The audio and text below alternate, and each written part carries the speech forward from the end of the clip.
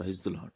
క్రీస్తునందు ప్రియమైనటువంటి దేవుని బిడ్డలారా, మీరందరూ విశ్వాసంలో బలపడాలన్నదే నా ఆశ. అనుదినం మీ అందరి కొరకు ప్రార్థన చేయుచున్నాను. తిమోతికి రాసినటువంటి మొదటి పత్రికలో 5వ అధ్యాయం 18వ వచనంలో ఈ విధంగా రాయబడి ఉంది.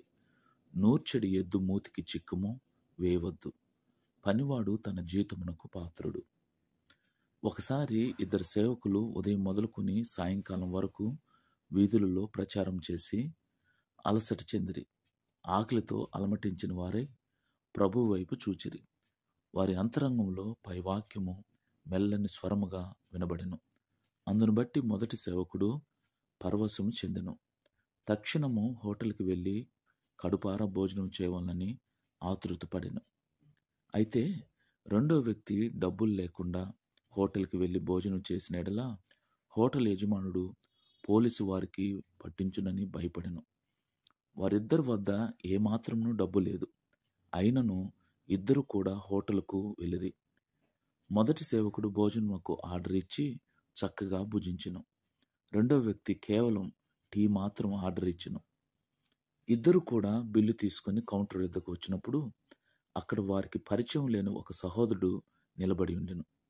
మీరు భోజనం చేయుటకు ముందుగా ప్రార్థించుట నేను చూశాను. అందును బట్టి మీరు దైవ సేవకులని గ్రహించాను. కాబట్టి మీ బిల్లును నేను కడతాను, నాకివ్వండి అని చెప్పి అతడు ఆ బిల్లు చెల్లించెను.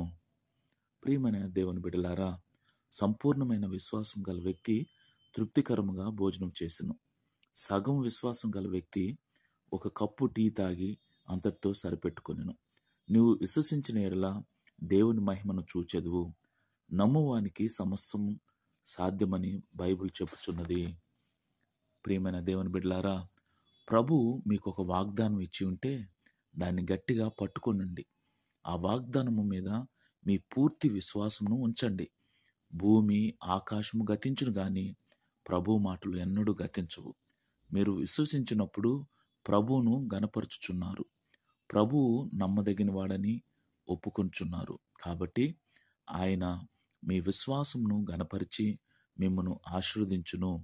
మన పితరులందరూ విశ్వాసం ద్వారా సాక్ష్యం పొందరని బైబిల్ స్పష్టంగా తెలియజేయుచున్నది. దేవుడి వాక్యంను దీవించునుగాక. God bless you all.